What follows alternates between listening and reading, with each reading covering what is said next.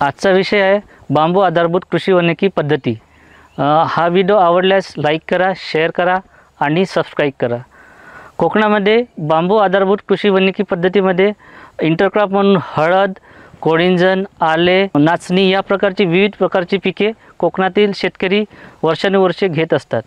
Doctor Balasaheb Sawant Konkan कृषी विद्यापीठाअंतर्गत अखिल भारतीय कृषी वानिकी प्रकल्प वनशास्त्र महाविद्यालय दापोली येथे बांबू आधारभूत कृषी वानिकी पद्धतीमध्ये बांबू हे 8 बाय 8 मीटर अंतरावर याची लागवड केली जाते आणि 8 बाय 8 मीटर अंतरामध्ये हळद, कोळिंजन, आले, नाचणी या प्रकारची विविध पिके या 8 बाय 8 मीटर अंतरामध्ये घेतली जातात।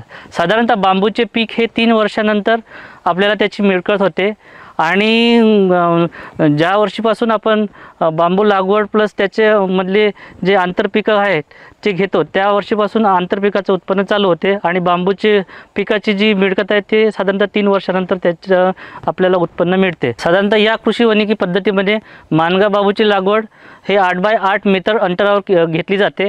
मानगा ही प्रजाती कोकणातली असून ही कोकणामध्ये सुप्रसिद्ध अशी जात आहे आणि प्रति हेक्टर याची एकूण 156 झाडांची लागवड केली जाते आणि या 156 झाडापासून प्रति हेक्टरी एका भेटापासून जवळपास आपल्याला 25 ते 35 काठ्यात 3 वर्षानंतर मिळू शकते आणि याप्रमाणे 25 ते 35 प्रमाणात 4000 ते 5000 काठ्याची मिळकत 3 वर्षानंतर मिळू शकते। आणि त्याचसोबत यामध्ये जी आंतरपिके घेतो त्याच्यापासून सुद्धा या कृषी आधारभूत वानिकी पद्धतीमध्ये जास्त उत्पन्न मिळू शकते। त्यामुळे शेतकऱ्यांचा या कृषी वानिकी पद्धतीचा खूप फायदा होतो आणि शेतकऱ्याच्या उत्पन्नात वाढ होते। बांबूचा काळी कचरा अधिक बांबू आधारभूत जी आंतरपिके आहेत त्यांचा सुद्धा काळी कचऱ्यामुळे या जमिनीमध्ये कर्ब साठवणूक आणि जमिनीची सुधारणा सुद्धा जास्त प्रमाणात होऊ शकते। त्यामुळे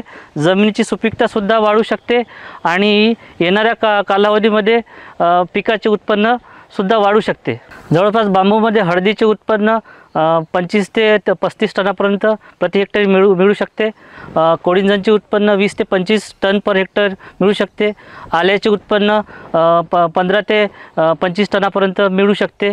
तर या प्रकारची पिके या बांबू आधारभूत कृषी वानिकी पद्धतीमध्ये शेतकऱ्यांचा दुप्पट फायदा करू शकते। बांबू आधारभूत हळद, आले, कोळिंजन या पिकांना जंगली जनावरांपासून त्रास होत नाही, त्यामुळे ही पिके अत्यंत सुरक्षित आहे।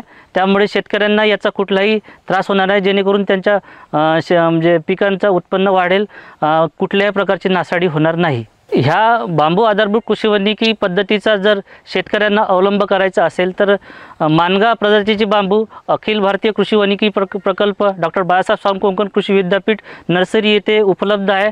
तरी शेतकऱ्यांच्या मागणीनुसार त्या मानगा प्रजातीचे बांबू शेतकऱ्यांना देता येईल आणि बांबू आधारभूत हळद, आले, नाचणी, कोळिंजन या प्रकारच्या प्रणालीचा शेतकरी त्यांच्या शेतावर अवलंब करावा, जेणेकरून त्यांचे येणाऱ्या कालावधीमध्ये उत्पन्नात वाढ व्हावी आणि त्यांना जास्त मिळकत यावी, आर्थिक स्थिती सुधारेल।